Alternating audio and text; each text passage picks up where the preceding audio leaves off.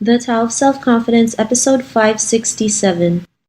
Welcome to the Tao of Self-Confidence, where I share stories of amazing women who have discovered their inner journey to self-confidence. Visit our website at thetaoofselfconfidence.com. Your inner journey to self-confidence awaits. Well, hello friend. Welcome to the Tao of Self-Confidence, where I share stories of amazing women who have discovered their inner journey to self-confidence. I'm your host today, Sheena Yap-Chan, and today I have an amazing lady on the show today. She's an Emmy-nominated host and TV host and producer, and I'm really excited to have her on and share her story with us today on self-confidence. So without further ado, I'm going to introduce you to Rasha Goel. Rasha, how are you today? Maybe you can fill in a little bit more about yourself to our listeners.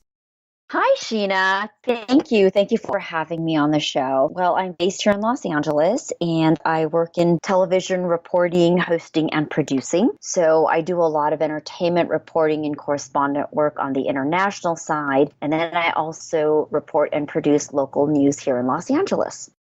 Awesome. Well, thanks for sharing that. And Rasha, what's your cultural background? I am South Asian American, so I'm East Indian, basically. My parents are from India. Thanks for sharing that. And what would be your favorite self-confidence quote? My favorite self-confidence quote? Well, there's several, but I love this one by Theodore Roosevelt. Believe you can, and you're halfway there. Thanks for sharing that great quote. And I believe belief is the first thing that you need to have before taking the action. If you don't have belief in yourself, then you're not going to go out there and do the things that you want. So thanks for sharing that. And in your own words, how do you define self-confidence? To me, I feel that self-confidence is loving yourself, and it's really being you. And I heavily emphasize the words be you. You must love yourself in order for other people to love you. And I think to really understand that you are a unique personality and there isn't no one else on this planet like you, and to really just to own that. So it's having that confidence when you're working, when you're in relationships with people, anything that you do, but trusting and believing and appreciating who you are. Thanks for sharing that great definition. And I also agree, we're all made differently. We're all born differently. And, there's only one of us. So we should just show our true selves, our authentic selves. So thanks for sharing that great definition. And, what was your life like before your discovery of self-confidence?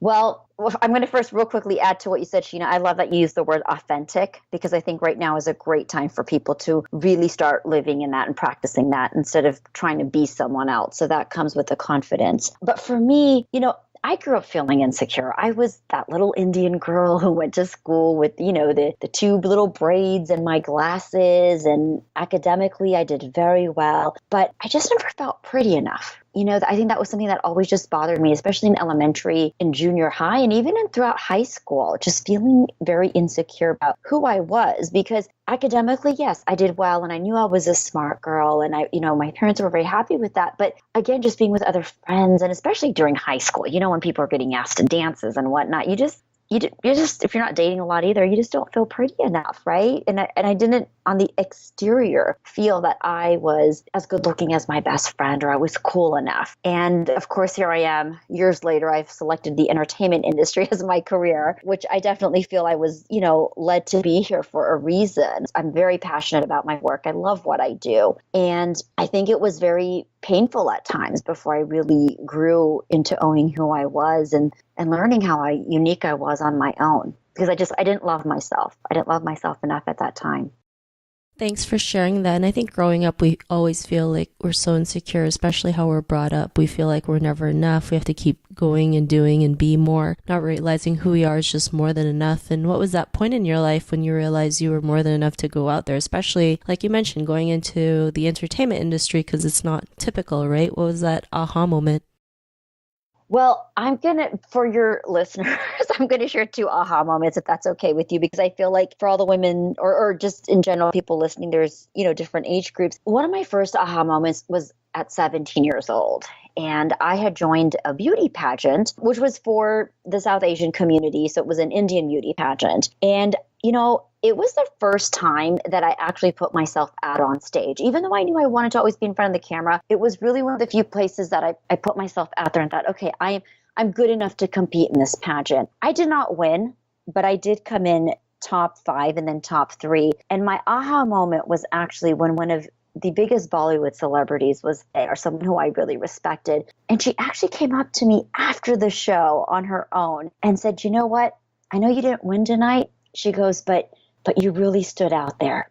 She said, from your presentation to on stage, to your question answer, to your grace, she's like, there was just something about you that captivated me. And she goes, I really think you have something special. So whatever you plan on doing, just do it because you really have that charm. And at 17, that really stuck with me. And it really made me feel like, wow, I am good enough. I can look pretty on stage and I can compete with some of these girls who I thought were cooler than I was, or they had access to more resources in the pageant world than I did. And I thought I just didn't have enough. That was a very pivotal moment in my life at that young age. And then the other moment was, I would have to say now, 3 years ago, I was working with a mentor, a media coach, and actually a life coach. And we had to do a journaling activity, and she told me to write down 50 things I had accomplished. And it could be anything from playing a sport to going to a dance class to, getting nominated for that Emmy. And I tell you, Sheena,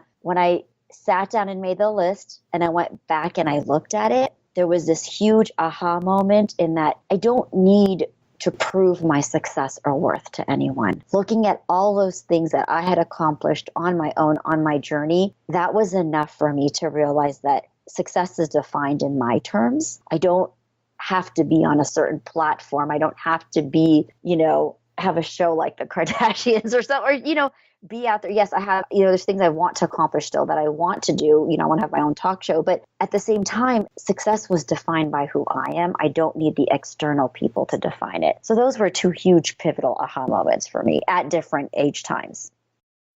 Thanks for sharing that. And I love how you mentioned, listing 50 things that you've accomplished, right? I mean, not a lot of people realize how much success they have, right? They're so focused on what society thinks is successful or what a win is, not that all these little wins that we have along the way doesn't matter anymore. But when we list those things, it really does give us that boost to realize we are more than okay to go out there and just do what we want and not have to care what people think of us, right? Or, just kind of let go of what other people expect of us. And it's a great feeling. And because of that, what's your life been like now?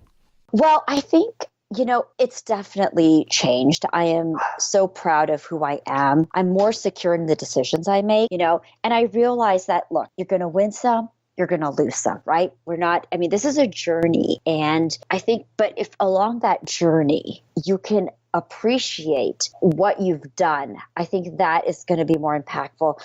I can give an example of the industry I work in, the entertainment industry, and going on auditions and meeting people and meetings and networking and all this. And you don't book a gig. And that's made me realize it's not a reflection of who I am or that I'm not talented enough. It's just that maybe what wasn't the right thing. But I still value myself and my talent, and I'm not taking other people's decisions to heart as I used to. And I really, at this point, I don't worry about the external factors anymore.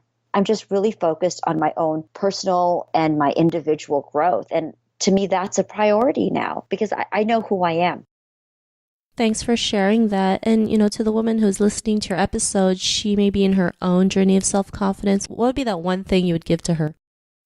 I would say love yourself first. Please do not compare yourself to others. Again, we all have our individual journeys and paths. Celebrate your uniqueness and just who you are. And I'm going to leave you with this too. If you need to, write a list of 5 to 10 things about yourself, and appreciate the person you are. It could be a list of your accomplishments, your personality traits. It could even be a physical feature. I wrote down that I love my eyes. I'm very expressive. And that's one of my favorite features on my face. But really own who you are because you are beautiful. Thanks for sharing those great tips. And I love that, writing, 5 to 10 things about yourself, no matter what it is. I think sometimes writing it out, we can see things a lot clearer and realize that, we have more to offer than we realize. We are capable of doing what we want. So thanks for sharing that. And if our listeners wanted to get to know a little bit more about you and what you do, is there any links or social media profiles we can connect with? Oh, absolutely. And I love engaging with people, so feel free to please follow or reach out on Instagram. I'm at Rasha Goel. That's RASHAGOEL. You can also look me up on Twitter at the same word, Rasha Goel. And then, of course, I have my website, which is rashagoel.com. Thanks for sharing that. And to our listeners, if you want to connect with Rasha, you can also head on over to thetaoofselfconfidence.com and search for Rasha's name. Her show notes will pop up along with everything else that we talked about. And I just really want to thank Rasha for taking the time to share her story and tips with us on self-confidence. So thank you so much, Rasha. Oh, Sheena, thank you so much. And I love what you're doing. I think this is a beautiful thing that you've created for all of us out there. So congrats to you as well. And truly, it was an honor to be here with you today. Thank you. No, thank you. It was really an honor to have you on the show. And to our listeners, be on the lookout for another new episode of another amazing woman's journey to self-confidence. And we'll talk to you soon. Bye for now.